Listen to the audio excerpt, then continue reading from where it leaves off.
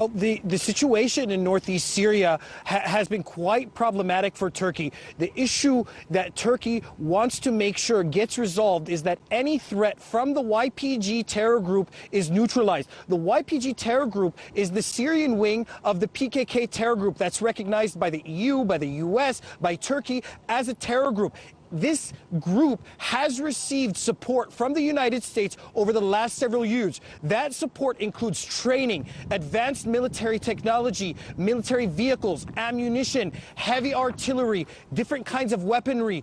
This all poses a threat to Turkish national security. Now, Turkey was patient with the United States for many years, telling the United States that you are doing something wrong, that fighting one terror group by supporting another terror group is a bad policy, asking the United States to stop this policy, but they refuse to do though, the United States. So now Turkey is asking Russia. Turkey has allowed Russia to step up to fill in the space that America has left behind. America has pulled out its troops from northeast Syria. So there is a huge vacuum left behind now by the absence of U.S. troops. Now Russia and the regime are going to try and fill in that gap. There are some issues that might come up. There have been reports over the last several days that YPG troops that were in position near the border area simply changed the outfits that they were wearing, and instead of wearing YPG regalia, they were putting on regime regalia and putting up Russian and regime flags.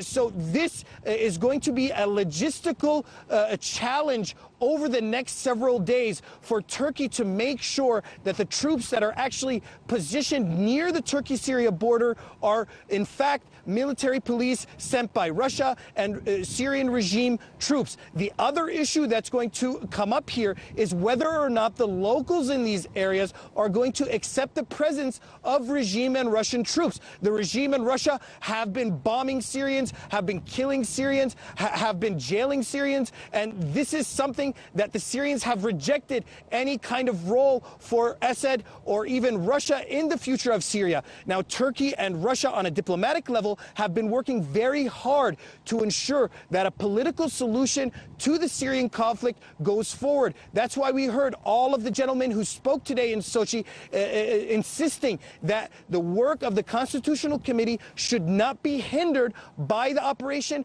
and should not be hindered by the joint Turkey-Russia efforts, and that the Constitutional Committee is key to making sure that a political transition goes forward in Syria, not just in northeast Syria, but in all of Syria. And they also mentioned that they want to have some kind of mechanism to monitor the situation and to allow for Syrians to return home, to voluntarily go back to their lands. President Erdogan mentioned that there were 350,000 Syrian Kurds who were displaced from northeast Syria. He would like to see them go back to their land in northeast Syria. But most of those Kurds who left northeast Syria left because of oppression by the YPG terror group. If the YPG terror group is out of these border areas, then the assumption is that these people may return to their homes, and this is what they're working towards. And everyone, I'm sure now, after this announcement, is anxiously waiting to see how effective this is going to be after the Turkish-American